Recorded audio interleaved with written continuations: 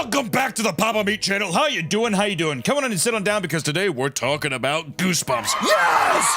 My favorite! We talk about Goosebumps all the time on this channel. We've discussed Werewolf of Fever Swamp, Night Living Dummy 3, Stay Out of the Basement. But we haven't touched one of the most pivotal, one of the most important pieces of Goosebumps history, and that's the Haunted Mask, which is by far the scariest, most up. Can't believe they showed that to children kind of thing back in the day. Even when I was rewatching it, it's only an hour long because it's two like TV specials back to back. But even it was just, it's Unhinged. You have a girl who's just bullied to near death, people keeling over laughing, pointing at her. I mean, it is the quintessential origin story of any school but luckily, it's just a little Canadian girl who just wants to scare people back. It's innocently brilliant. I love it so much, but we have to talk about it. We have to go through the specifics of this absolute gold mine. So without further ado, let's talk about the Haunted Mask.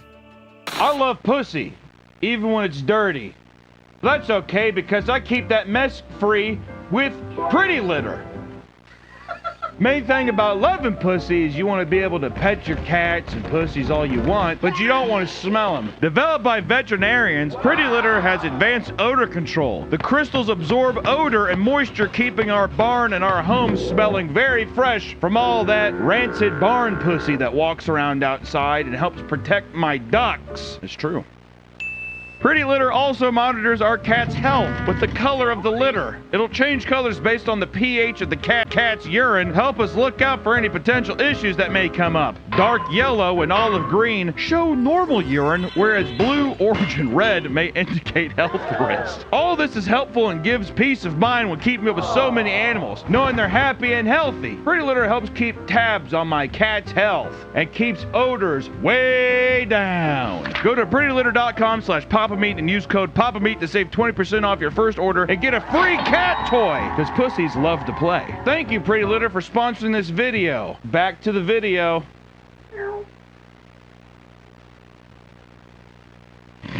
Like every Goosebumps special, we start off with a nice little intro from R.L. Stine. They get a nice collection. You see the Haunted Mask at the very beginning, and it goes down the row, and you see all these absolutely pig face men, and then it ends with R.L. Stine, which I like to think that the director of the episode was like, why don't you just put yourself at the end of the line there? I feel like your big ass mole is just as horrifying as any of the other faces up here. And R.L. Stine, as uncharismatic as ever, gives a nice little spiel about how this episode's about heart and loving your family. There is nothing more powerful than the love of her family and friends. When it really, I don't think it ever touches on that at all. The episode more so feels it's about self-acceptance, it's about self-love. So even he's just like, I forgot. I don't remember what it was about, but here it is. We open with our main character, Carly Beth, which is probably one of the best child protagonist names I've ever heard. But it starts off with Carly Beth and her friend Sabrina going to the haunted, spooky store near their house.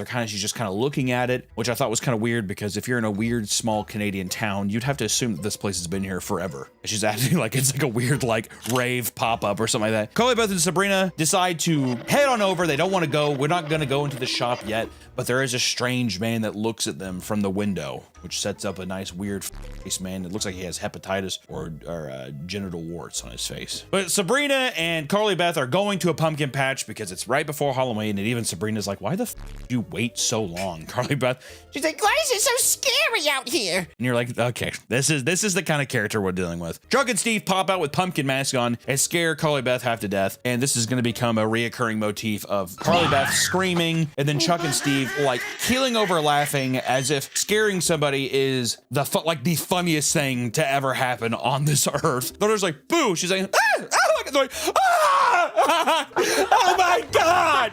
Oh my god! So it's an obnoxious thing. If anything, if I was driving by in like my Toyota Paseo, I'd pull over and I'd run out my car and I'd grab him, run dirt. They are assholes, are they not? They're worst. But they think she's hot. Well, we just like her because the only way we can show affection is, I don't know, shooting darts at her back or something. Maybe slapping her with a belt. I don't know. We're just kids. You see that Carly Beth's a big scaredy cat, but she has every right to be though. That's what I don't get is that everyone in this town is scaring her. Carly Beth and Sabrina decide to leave the pumpkin patch. Chuck and Steve probably still giggling off in the goddamn distance, and old Herpy Face looks at the door again, which he's very ominous. He's looking at the door and he has like a very devious, like a black button-up suit and like a red tie. Almost looks like a weird, like a totally out of age My Chemical Romance fan. Carly Beth goes home and we get introduced to Carly Beth's rockin' hot mom. I was bricked up watching it because the mom, I was like, is she single? Which we do find out later that she's married. And I was like, bullshit, dude. They tried to make her a single mom, but they knew that it'd have people rioting outside trying to get to her. Carly Beth's mom is like, I finished your head sculpture in my art class today.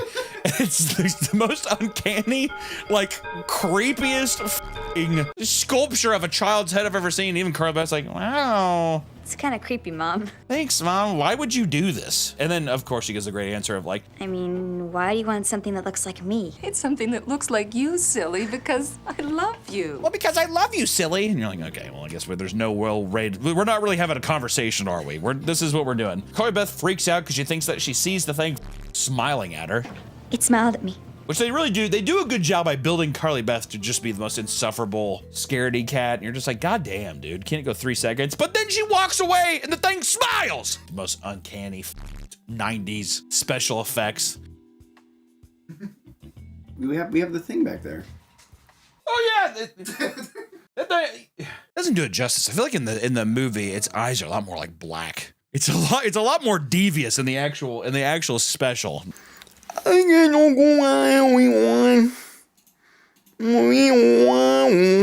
Carly Beth's extremely hot. You know what she kind of seems like? She seems like one of those older moms where she's just like, I used to be what? Like you're sitting in the kitchen and then she's like talking about like Van Halen or some shit. And you're like, oh man, I really would have loved to see Van Halen. She's like, I went to that tour. And you're like, what? No, or are you serious? She's like, yeah.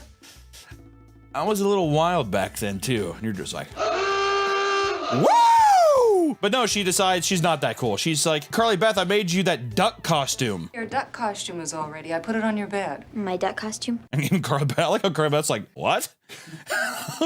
What? You saw a duck at the mall, and you said you thought it might be fun to be a duck for Halloween. You wanted to be a duck, so I just made you a duck. And then Carly Beth, being the goddamn saint she is, she's like, okay, goes down to her room once again. Well, first I'd be kind of scared too. She goes to her room and there's like, it's very suspenseful. She's like reaching for the doorknob, but she hears like, quack, quack.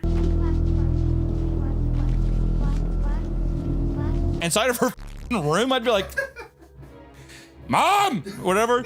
Opens it up. She's assaulted by her little brother, who says the most annoying catchphrase, dude, in this movie. God damn, it's so annoying. Gotcha, gotcha, gotcha. Gotcha, gotcha, gotcha. I get so livid when I think about that little. I do like, she's like, get off me, you jerk. No, you jerking off me. I thought she said something like, you're jerking me off. I was like, the way it was phrased up, I was like sitting there and I was like, oh yeah. But then she gets up and there's like a perfectly comedic time bit. She slams as she's slamming it, the kid like perfectly turns to her and it looks like the door just like caves in his face. So you can play that. If you played that and held and held it for a beat longer, you would hear a scream. Carly Beth, the scaredy cat. It was him screaming. It'd be so good. It would be so good if that's what happened. But anyways, we cut to the next day. Carly Beth's at school and she's eating lunch and everyone's outside. You know what when I was a kid? Right, the very first scene, you see the girl pull out the sandwich and the bread is like black and white. When I was a kid, I was always just like, oh, I'm gonna buy that sandwich. That's morbidly obese Hunter being like. But basically, Carly Beth is going up and Chuck and Steve are back. They love to laugh, let me tell you. And they're like, whoa, Carly Beth, we're not gonna bug you anymore. While Carly Beth's looking, she doesn't notice that Steve puts like a handful of worms in her sandwich. She eats it. Okay. She eats it. It takes her 3 full bites to realize that there's this giant worm in her sandwich. And then I feel horrible. I'm like looking at it now. I remember when I was a kid, I was like, stupid. Now looking at it, I'm like, this is horrible. An adult needs to intervene immediately. I feel so bad for this little girl. Because then everybody, it's like the most comical, like bombastic, everybody is just keeling over and laughing at her. And she's like trying not to cry. And everyone's like pointing at her. There's even a guy, like they put like this clown front and center. And even he's like, hey, hey, hey, hey, hey, hey, hey. It's just the most sadistically evil part of the movie. I was like, oh my, no wonder some bad shit's about to go down. You've driven her to this place. Sorry. She took some really big bites. Oh my God. I mean, comedically large bites to the point where I'm like, Carly, you could have probably tasted the first bite. Also, fun fact about that, the actress who plays Carly Beth, she actually ate worms for that scene. I thought that was kind of boss. Carly Beth goes back to her room and she goes back up to the duck costume. And it does look bad. It's a bad costume. I would have done the same thing, but it's like one of the, it's bad. It's bad tantrum. She throws a tantrum, but it's like, I hate you.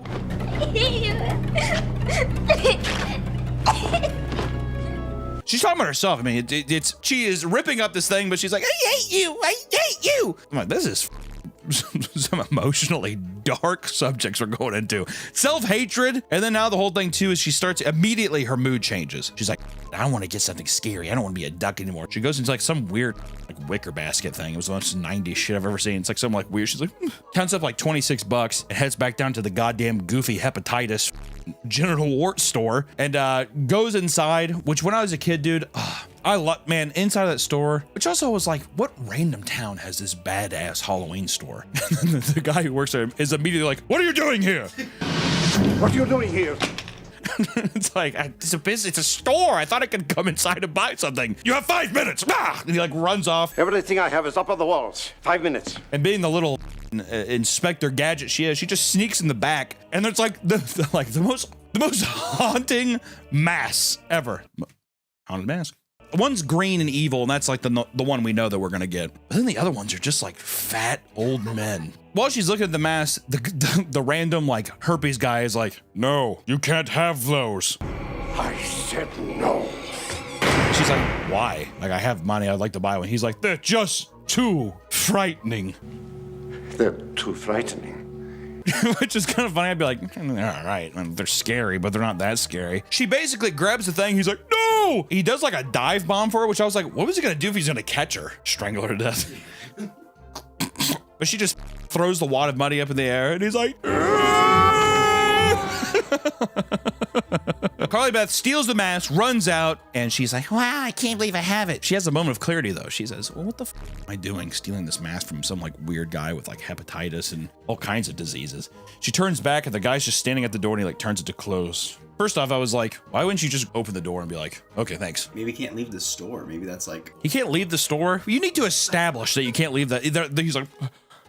So Carly Beth immediately puts the mask on. It looks creepy as shit. She scares her brother, and then she starts doing things. She's like, the mask won't come off. And finally, it comes off, and she's like, whoa. And he's like, How'd you change your voice like that? That was the scariest part. He's like, I barely pitch shifted my voice. Hey, Noah. I just sounded like this. He's like, how did you, Houdini? Ooh, that was the best part. She sees him. Who are you? Who are you? Yeah, exactly. He steps onto the hallway, which, to be fair, I would probably, that felt like the most organic response in the whole movie. She just steps out and he's just like, who are you? Almost immediately. I'm not gonna dock him on that one. I feel like I'd probably do something very similar. She starts immediately going into like uber edgelord cringe. That was great. You're really freaked out. She's like, you're really scared there. He's like, yeah, I thought you were a random stranger in the house, breaking into the house. I thought I was gonna die. She's like, I kind of liked it. But I like it.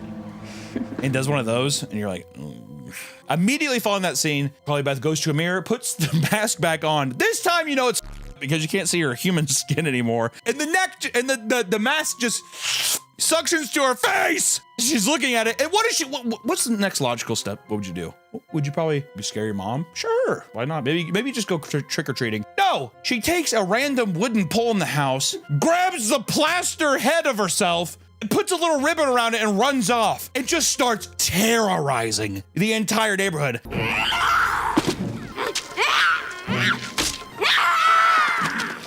Like, I mean, some real like mentally disturbed shit. She's like walking, she's like, she's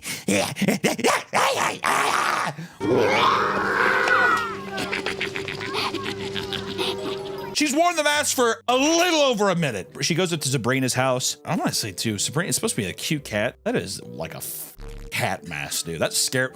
Can you imagine?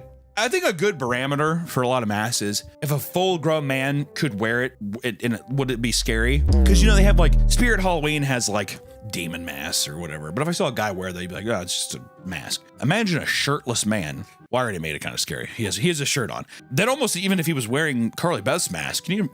It feels like taxidermy. That's what it felt like. Is like it almost felt real. Carly Beth, I killed a cat and made a mask out of it. Sabrina's like, holy shit, that mask is like extremely scary. What's up with the bust you're carrying? Okay, let me give you a Who Wants to Be a Millionaire thing. Does she say A, it's a bust of my face? B, it's a Halloween accessory. C, blank. And D, she says, it's me, it's who I used to be. If you answered D, you might have just won $1 million. I was so shocked when I was watching this and I heard that again. Oh, it's me. It's who I used to be. Like if I showed up to work and you were wearing a clown mask and you had a plaster head of yourself, I'm like, oh, cool clown mask, Nick. Gotta ask though, what is that plaster sculpture of your head? And you responded with, it's me. It's who I used to be. I'd be like, and I'd shut my door and I'd lock it is what I would do. But we can give her the benefit of the doubt because it's a kid. Sabrina asks if it's real skin and it tells her to take it off because it's so scary. But Carly Beth just goes into like some extreme, like a child, like a tantrum fit. She just like starts spazzing out and throwing herself around almost like a kid at like Toys R Us or some shit. It's Unhinged, and that's where they end the first special. So you're like, oh, okay. But then we cut back to the next episode and she's just like, haha, I'm just playing. Carly Beth runs around now and she's just like screaming at random children. It's very odd. It's just uncomfortable. Watching somebody just scream at a child, not as fun as you'd think it would be. On paper, sounds pretty good. In practice, you're like, okay, what are we doing here? Sabrina and Carly Beth go and they go to their first, finally we get some normality, right? They go up to their first house for trick-or-treating. They knock on the door, trick or treat. A mother and two of her kids show up. And I love the mother's reaction. She's like, oh my God, your mask is horrifying. Carly Beth like goes down and whispers something terrible into the kid's ears. And she's like, the mom's like, hey, don't tell my kid to kill himself on Halloween night. And Carly Beth's just like, I'm crazy, and grabs candy and just runs off. If that's the behavior you have at house one, where does the night go from here? If you're bringing that energy to house one, you're not going to be able to keep that up all night. I can tell you that right now. Carly Beth then blames the mask for doing it, and she runs off and continues her extreme rampage. She basically is just like, the mask is making me do it. This is great! It pains me to say it. We cut back to Chuck and Steve, who are pirates, which just, it's... Could it get any more homosexual? Could it be any more gay, like butt pirates? Like, it's just like, it's one of those things. They're like, yar! Carly Beth peeks around another tree. I forgot to say that earlier. She keeps peeking around trees. Like, she can't just like look like this.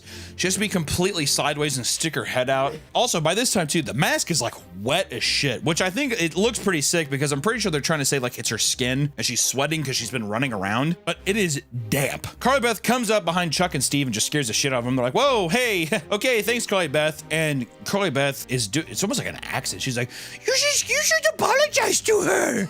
Apologize to her. Tell Carly Beth you're sorry for every time you scared her. For every time you made people laugh at her. And they're like, Jesus Christ, fine. And then they look at the plaster head of Carly Beth, and the goddamn plaster head says, Help me. Please help me. and Chuck and Steve, they're just like, did that thing just talk? Basically, Chuck and Steve run off, and then Carly Beth, God, it's so cringy. She has like this like weird, like goblin laugh that she's doing, where she's like,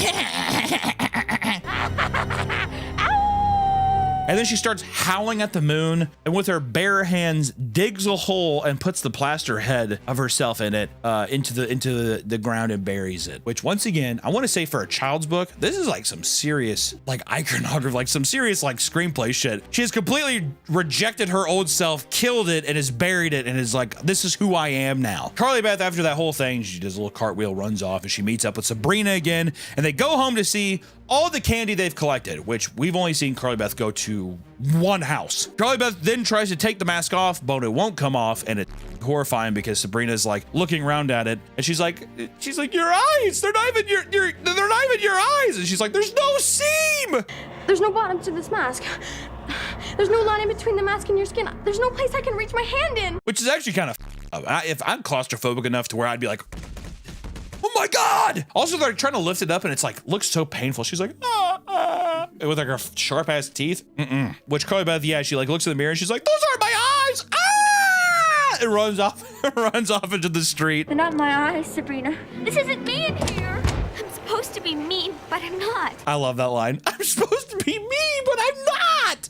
Sabrina's like, yeah, I don't, what the hell is happening? Mom, get the tranquilizers. We gotta put Carly Beth down. Carly Beth decides to go back to the store and meet the herpes, genital warts ridden man and get some goddamn answers for this crazy mask. Why would you let me steal this? Well, a heavy price. The genital warts man, the herpy face guy, tells her that he cannot remove the mask because it is a real face. Because it is not a mask. It is a real face. Bombshell. All of the masks we saw earlier are actual human skin that morph onto the face because they want to look beautiful, like beautiful and young again, have a body. And even, I remember when I was a kid, I was like,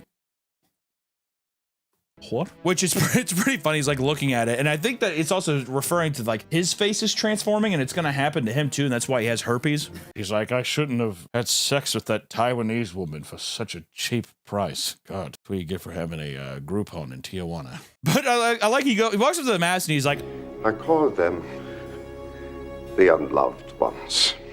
it's like, that's a pretty creative name, Mr. Hepatitis. He's like, thank you. In a weird turn of events, they all start coming alive and floating. And the old man's like, run! I think they knock him over or something. They do something to him to incapacitate him, even though I feel like he just like swat him down. To be fair, floating heads were coming back and they're like,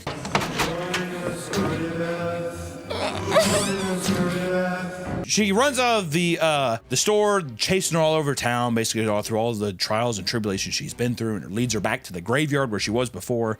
They're all circling around her. They're like, oh, and she's like, it's not me, it's not me. And then she digs up her face again, and it's a beautiful full character moment where Carly Beth learns to love herself and love the imperfections that is her being a scaredy cat. And that in return, because she loves herself, she's able to take off the mask, which I gotta say, that's a pretty good ending. To resolve your monster, that's fucking awesome. And it actually has a nice moment. Carly Beth goes back home and, you know, they're like all this thing. She goes inside, cries to her mom, Mom, I love you. I was like, yeah, right, dude. I was like, show her where the plaster head's at, dude. And the whole thing basically crescendos to Carly Beth, basically like from the other room. After the whole night she's just had wearing that mask, she just leaves it on the ground for her brother to take. And the kid's like, yeah, sure.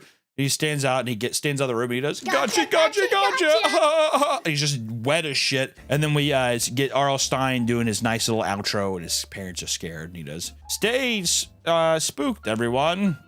And it cuts to credits and it's a magical time. It really is probably the best Goosebumps book. I love this one, dude. You got a nice guy, hepatitis, herpes, genital warts ridden face. You have a scaredy cat girl, which justified. She's the only justified school I've ever seen in my life. Jesus.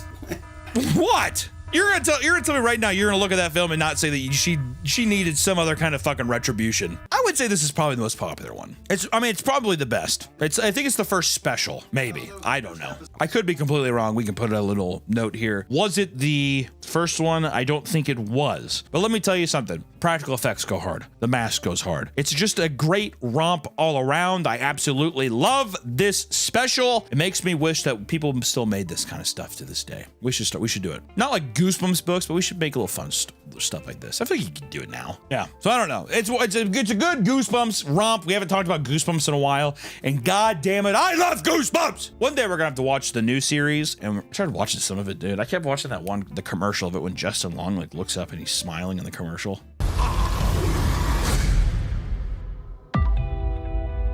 Oh god, it's so cringe. Yeah, I don't know. Maybe one day we'll watch that, but I just know it's going to be an absolute trash fire. Yeah, I need to make sure that all the kids are relatable and new, and they have iPhones. Oh my god, we're murder nepo babies. Okay, and they're worried about likes on Instagram. Can we get that, please? I don't know. This is a great one. I love talking about Goosebumps. We'll have to talk about Goosebumps again soon because I love fun watching this. And until next time, guys, I hope you stay scared and don't wear any masks you get from a guy who has gingivitis. That's the gum stuff. I bet that. Yeah, don't get it. Well, I don't want to say that word because it's demonetizable. Okay, bye everyone. Bye.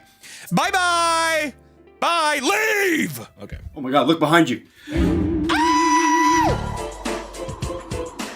Chuck scares Steve, and then Steve scares Chuck. I don't know. One of the guys, Chuck or Steve, scares Steve or Chuck. I don't know what the fuck. One of them is that. I don't know.